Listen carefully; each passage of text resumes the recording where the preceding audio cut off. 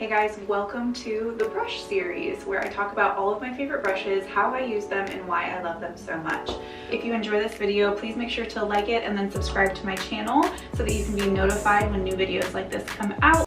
All right, let's talk square brushes. These guys are my favorite 3 square brushes, and here's where I use them. I'm gonna try to get a little bit closer so you guys can see them a little bit better. So I've got 3 sizes that I mainly use, and we're gonna focus on this bear painting here. So I can show you, I use square brushes more in him than I did with pretty much any other painting. I don't use square brushes a lot.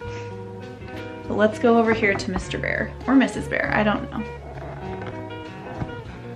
Scooch down a little bit so you guys can see better. There we go. Okay, so I used a lot of square brushes in here, and I think you can probably tell where I did it. So usually for jawlines and stuff, I use a filbert brush because it's a little bit rounded. But for this grizzly, I really wanted him to be kind of blocky and square and have some really defined lines. So I used this brush a lot in him.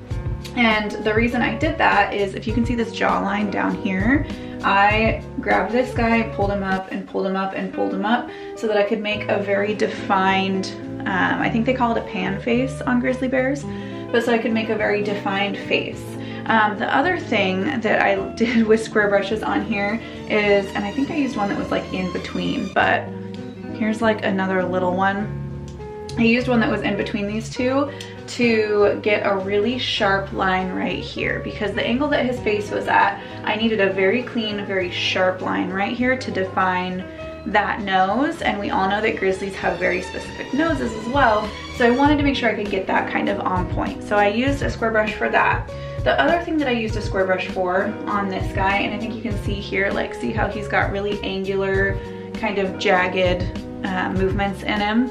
That's all square brush. This little guy that I used, I did the same thing but for around his eyes. If you can see around his eyes here, see how he's got some like little spots that kind of go around. I didn't really drag this brush very much or like pull at all. I more like did this and like laid it down in a bunch of random spots and then kind of pulled out a little bit here just to get the definition, right?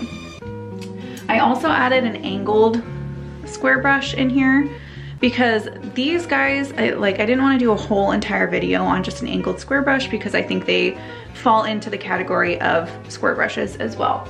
So one thing that this guy is really, really good for is going to be, I didn't use him very much on here, but I did use him on these bees. And let me get you situated here.